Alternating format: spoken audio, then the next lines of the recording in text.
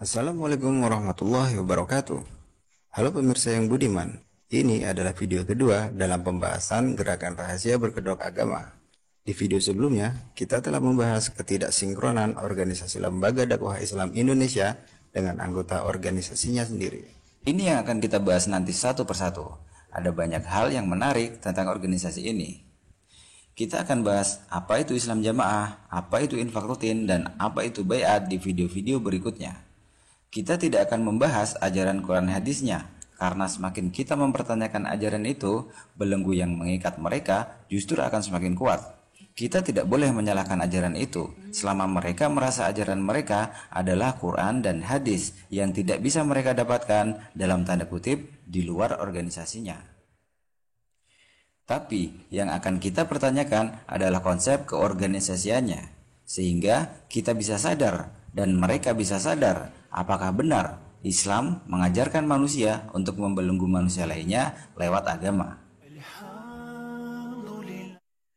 Untuk mempermudah, kita sebut saja anggota organisasi LDII dengan nama Jamaah, karena berawal dari akar histori Islam Jamaah. Di Wikipedia jelas disebut bahwa LDII berpegang teguh pada Al-Quran dan Al-Hadis, tapi tidak ada penjelasan untuk mempraktekkan secara berjamaah. Sedangkan pada makalah-makalah yang diterbitkan oleh LDII yang khusus diperuntukkan untuk jamaahnya dan disampaikan secara sembunyi-sembunyi, secara diam-diam jelas mengatakan harus berjamaah. Di sini adalah poin pentingnya. Berjamaah menurut anggota LDII adalah mengangkat seorang pemimpin yang bertanggung jawab mengurusi hajat hidup orang banyak, khususnya umat Islam. Dan jika Anda mau lebih teliti lagi untuk memahaminya, maksudnya adalah umat Islam seluruh dunia. Wow, luar biasa. Kita buat lebih simpel lagi, supaya lebih mudah dicerna dan dipahami. Anda seorang muslim, kemudian disuruh mengangkat seorang pemimpin muslim yang harus diakui oleh seluruh umat muslim. Dan yang tidak mengakui pemimpin Anda, hidupnya tidak halal. Itu yang Anda lakukan. Tapi, Anda lakukan secara diam-diam tanpa mempublikasikannya kepada khalayak umum. Karena jika itu sampai diketahui oleh publik, dampaknya yang sebenarnya adalah menjurus pada terganggunya kedaulatan negara di mana Anda tinggal. Tapi, Anda bahkan tidak tahu dampak yang sebenarnya. Jadi, ketika ada yang memerangi jamaah Anda, menggegeri jamaah Anda, bahkan sampai menangkap dan menghukum Anda, yang ada di benak Anda cuma satu. Saya dihukum karena menyampaikan kebenaran, yaitu Quran hadis. Sangat memprihatinkan, bukan? Padahal, justru orang-orang yang memerangi jamaah itu adalah orang-orang yang berusaha membasmi kesalahan sistem dalam arti yang sebenarnya. Jamaah nggak tahu apa-apa. Yang dia tahu cuma ngaji, Quran hadis, dan taat pada pemimpin atau amirnya. Karena itulah yang diinginkan dari sistemnya.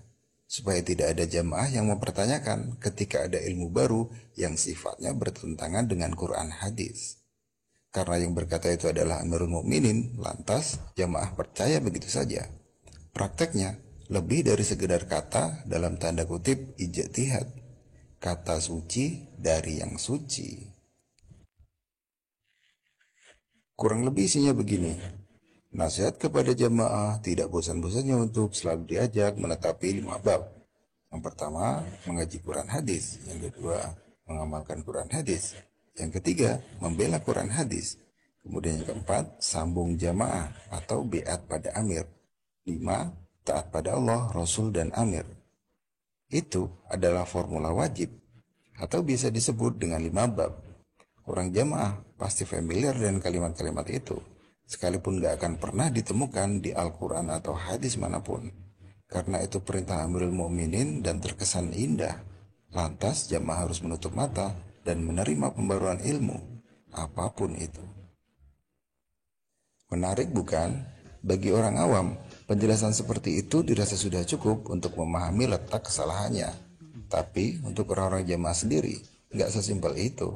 Karena banyak alasan yang justru akan membingungkan logika mereka. Pahami dulu kebohongannya dan temukan dulu kesalahan sistemnya. Baru kita berangkat dari kesadaran.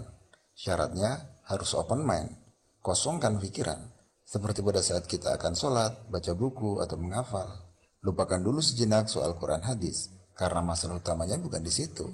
Quran hadisnya sudah benar. Siapapun orangnya, asalkan dia muslim, pasti menerima Quran hadis. Kalau tidak, berarti bukan muslim. Betul? Orang jamaah itu saudara kita juga, saudara muslim. Sekalipun mereka punya anggapan bahwa Islam kita bukan Islam yang sah, Islam yang jahil, Islam yang tidak halal, kita tidak harus balas tuduhan itu, karena mereka cuma ikut sistem keamiran, doktrin utama yang selalu diulang-ulang layaknya Pancasila. Alhamdulillah, Alhamdulillah, Alhamdulillah. All thanks is to Allah. Alhamdulillah. Kita akan bahas ini lebih detail lagi di video-video berikutnya, termasuk akar histori terbentuknya Islam Jamaah dan hubungannya dengan Quran hadis. Terima kasih. Sekian dari saya. Wassalamualaikum warahmatullahi wabarakatuh.